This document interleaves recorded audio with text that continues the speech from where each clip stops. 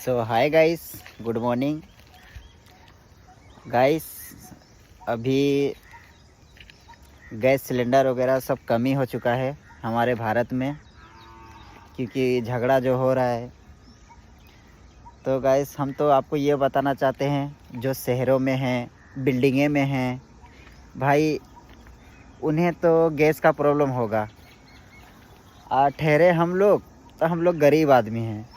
हम लोग के लिए ये जंगल, ये पहाड़, यही सब कुछ है। तो हमारा कहने का मतलब ये है, वो तो आप समझ गए होंगे। भाई हम यहाँ से लकड़ी तोड़ेंगे और घर में चूल्हा जलाएंगे और मस्त खाना बनाएंगे। और रही बात शहर वाले भाई लोग का, तो जब तक गैस रहता है उनका तो वाह वाह रहता है। अभी काम आएगा कि भाई कौन अमीर है कौन गरीब है। सही बोला ना। चलो तो अभी मिलते हैं अगले वीडियो में, तब तक हम लकड़ी तोड़ लेता हो। चलो।